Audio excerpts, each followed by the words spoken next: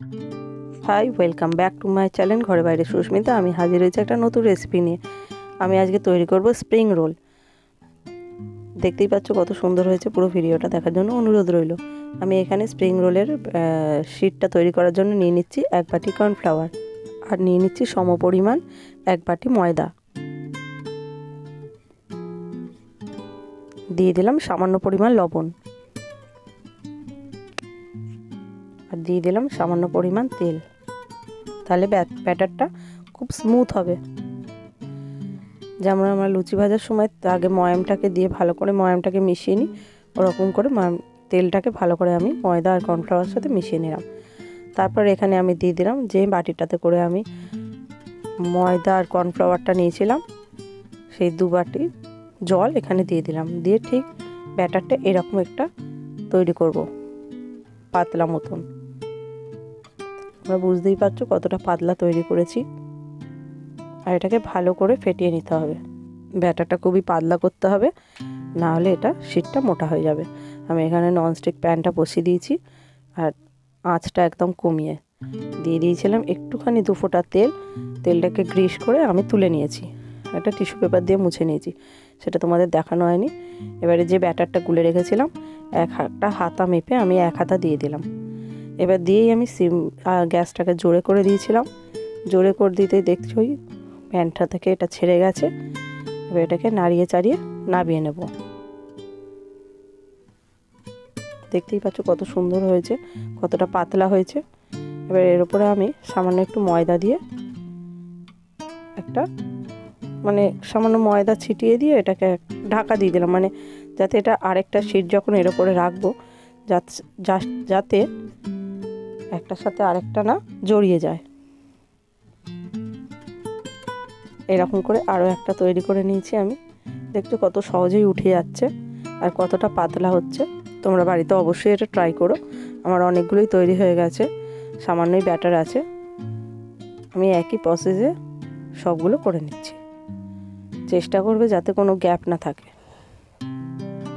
তাহলে যখন আমি স্প্রিং রোলটা মুড়বো তখন এটা এই জায়গাগুলো দিয়ে ফেটে যাবে। দেখো আমি কিন্তু আঁচটাকে জোরে করে দিয়েছিলাম। দেখো জোরে করার সাথে সাথে জিনিসটা ভিতর দিয়ে হতে শুরু করেছে, আর আস্তে আস্তে প্যানটাকে গা থেকে ছেড়ে যাবে। তখন এটাকে আস্তে করে সাইড দিয়ে তুলে নিতে হবে। এটা খুবই সহজ পদ্ধতিতে, তোমরা অবশ্যই বাড়িতে চেষ্টা করবে, ঠিক পারবে। আমিও প্রথমবার করেছি, আমারও খুব সুন্দর হয়েছে। সেই জন্য আমি ভাবলাম তোমাদের সাথে একটু শেয়ার করি। আর ভালো লাগলে একটা লাইক করো, শেয়ার করো, আর কমেন্ট করতে ভুলো না তোমার বাড়িতে এটা ট্রাই করেছিলে কিনা। আর আমার মতন এরকম খুব সহজে খুব ভালোভাবে এরকম পদ্ধতি জানতে হলে অবশ্যই আমার চ্যানেলটাকে একটু সাবস্ক্রাইব করে রাখবে। দেখতেই পাচ্ছ আমি এমনি করে কতগুলো শিট তৈরি করে নিয়েছি, আর ময়দা দিয়ে একটা পাতলা ছিটিয়ে আর কি পাতলা একটা লেয়ার তৈরি করে দিচ্ছি। এখানে আমার বেশ অনেকগুলোই তৈরি হয়েছে, 1 কাপ ময়দা আর 1 বাটি কর্নফ্লাওয়ার দিয়ে। এখানে আমার 16খানা শিট তৈরি হয়েছে, সরি। আর এখানে একটা ময়দা দিয়ে সামান্য জল দিয়ে একটা আঠার মতো তৈরি করে নিলাম, যাতে স্প্রিং রোলটা মুড়তে পারি। এবার আমি ওর যে ভিতরে যে স্টাফিংটা দেব তার জন্য পেঁয়াজ পাতা, পেঁয়াজ কলি, বিনস, ক্যাপসিকাম, আলু, গাজর সব কেটে নিয়েছি। আমি বাঁধাকপি আমি এখানে রাফলি চপ করেছি, তোমরা আরও ফাইন চপ করতে পারো। আমি এটা করব চিকেন দিয়ে। তোমরা পুরো রেসিপিটা দেখো, খুবই ভালো লাগবে। আর বাড়িতে এটা অবশ্যই ট্রাই করো। দেখতেই পাচ্ছ আমি এখানে চিকেনও নিয়ে নিয়েছি। এখানে আমি 200 গ্রামের মতো চিকেন নিয়েছি, বোনলেস চিকেন, যেটা আমি নুন, হলুদ আর লাল লঙ্কার গুঁড়ো আর সামান্য তেল দিয়ে ম্যারিনেট করে 2 ঘন্টা রেখে দিয়েছিলাম। কড়াটা বসিয়ে দিয়েছি এবং কড়াতে তেলও দিয়ে দিয়েছি। তেলটা গরমও হয়ে গেছে। এবার এই কড়াতেই আমি প্রথমে চিকেনটাকে ভেজে নেব। আমি চিকেনটা আস্তে আস্তে দিয়ে দিলাম। এই শীতকালে, শীতের সন্ধেবেলা এই স্প্রিং রোল আর কফি অবশ্যই সবার মানুষের মোটামুটি জমে যাবে। সন্ধেবেলার টিফিনটা অবশ্যই তোমরা ট্রাই করো। আমি চিকেনটাকে ভালো করে নাড়িয়ে চাড়িয়ে ভেজে নেব। এটা সামান্য ভাজলেই সেদ্ধ হয়ে যাবে। এবার ওই চিকেনটাকে আমি তুলে নিয়েছি থালা তেলে। এবারে ওই তেলেতেই আমি দিয়ে দিলাম আদা রসুনের পেস্ট। তোমরা এখানে আদা রসুন কুচি করে দিতে পারো। নাড়াচাড়া করে নিয়েছি, করে আমি এখানে ভেজিটেবলগুলো সব দিয়ে দিলাম। ভেজিটেবলগুলো আমি নাড়িয়ে চাড়িয়ে ভালো করে ভেজে নেব। এগুলো তোমরা শুধু ভাপিয়েও নিতে পারো, আমি টেস্টটা ভালো আসার জন্য এটাকে কড়ার মধ্যে ভেজে নিচ্ছি। আমি এটাকে চাপা দিয়ে দিয়ে ভেজে নেব যাতে খুব তাড়াতাড়ি হয়ে যায়। দেখতেই পাচ্ছ কতটা নেমে গেছে। এই পর্যায়ে আমি দিয়ে দিলাম সামান্য পরিমাণ লবণ। ভালো করে নাড়িয়ে চাড়িয়ে নিয়েছি। এখানে আমি চিকেনগুলো একটু ঠান্ডা হয়ে গেছে। এবার আমার ছেলে এগুলোকে ভালো করে একটু ভেঙে নিচ্ছে, যে আঁশ মতো থাকে চিকেনের, ওই আঁশগুলোকে ছাড়িয়ে নিচ্ছে। দেখতেই পাচ্ছ চাপা দিয়ে দিয়ে ভাজতে আমার কত তাড়াতাড়ি হয়ে গেল।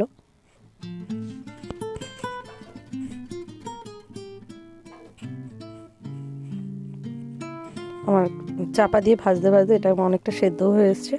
এই পর্যায়ে আমি এগুলোতে দিয়ে দেবো চিলি ফ্লেক্স, হলুদ গুঁড়ো আর গোলমরিচের গুঁড়ো। কালারের জন্য দিয়ে দিচ্ছি সয়া সস, আর টেস্টের জন্য দিচ্ছি এখানে টমেটো সস।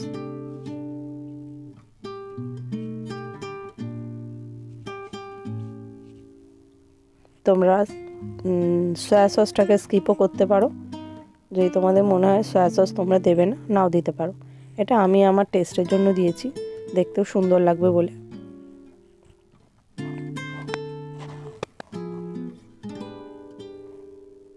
চিকেনগুলো আমার সব রেডি হয়ে গেছে, কুচোনো রেডি হয়ে গেছে। এই চিকেনটাও আমি ওই ভেজিটেবলের মধ্যে দিয়ে দেবো, দিয়ে একসাথে নাড়িয়ে চাড়িয়ে নেব।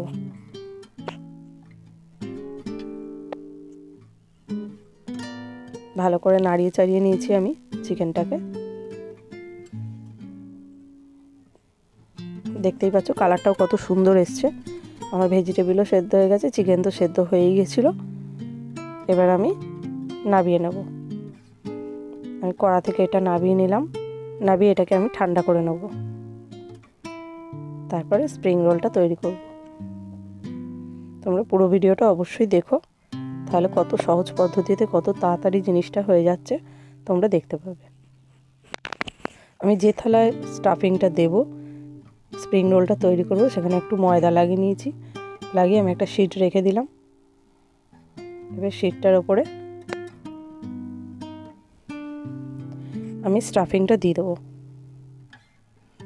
সামান্য একটু স্টাফিং দেবে, এটা তোমরা তোমাদের পরিমাণ মতো দিতে পারো, বেশি কম। আমার এখানে বেশি দেওয়া হয়ে গেছে।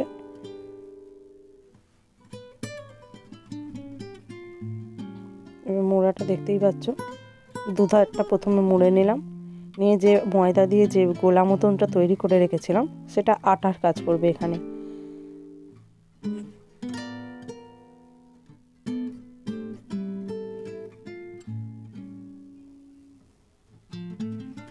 একটু উল্টো পাল্টা হচ্ছে, তোমরা বুঝতেই পারছো প্রথম করছি, কিন্তু খুবই সুন্দর হয়েছে, খুবই অপূর্ব হয়েছে।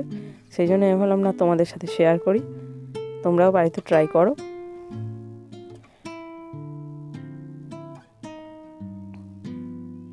কারণ এইসব ফাস্টফুড খেতে সবারই ভালো লাগে। আর দোকানে তো আরও সেই কি আজিনামোটো টোটো দেয়, আমি তো সেগুলো দিইনি। দেখো আমি সবগুলো তৈরি করে নিয়েছি একই পদ্ধতিতে, তোমরাও তৈরি করে নিও একইভাবে, খুব সহজ এবং কি বলবো, খুবই সহজ পদ্ধতিতে। এবার ভাজবো বলে এখানে আমি দিয়ে দিয়েছি রিফাইন তেল। একটা আমি ভেজে রেখেছিলাম, দেখছিলাম কীরকম হয়। এবার তোমাদের দেখাচ্ছি, দেখো তেলটা আমার গরম হয়ে গেছে, কিন্তু আমি সিমেই ভাজবো। খুব একটা যে তেলটা প্রথমে গরম করে নিতে হবে, নইলে কড়ার সাথে আটকে যাবে। তোমরা এটা ননস্টিকে ভাজতে পারো, আমি কড়াতে ভেজেছি। এবার এটাকে উল্টে পাল্টে ভেজে নেবো লাল লাল করে। এখন কিন্তু আমার গ্যাসের ফ্লেমটা মিডিয়াম টু লোয়ে করা আছে, দেখতেই পাচ্ছ। এই দেখো পুরো ভাজাটা আমি দেখাইনি, ভিডিওটা অনেক লম্বা হয়ে যাচ্ছে। এটা আমি আসলে দেখাচ্ছিলাম যে কতটা মরমরে হয়েছে, কিন্তু সাউন্ডটা দিলে আমার কপিরাইট পড়ে যাবে, সেই জন্য তোমাদের শোনাতে পারলাম না। আমার সবগুলোই ভাজা হয়ে গেছিলো মোটামুটি, আর ভীষণ ক্রিস্পি হয়েছে। আর আমি 14খানা বললাম হয়েছে, কিন্তু এখানে তৈরি করতে করতেই অর্ধেক খেয়ে শেষ হয়ে গেছে, তাই না তোমাদের সবটা দেখাতে পারছি না। এখানে আমার ছেলে একটা কেটেছে টেস্টিংয়ের জন্য, তোমরা দেখে বুঝতে পারবে কেমন হয়েছে।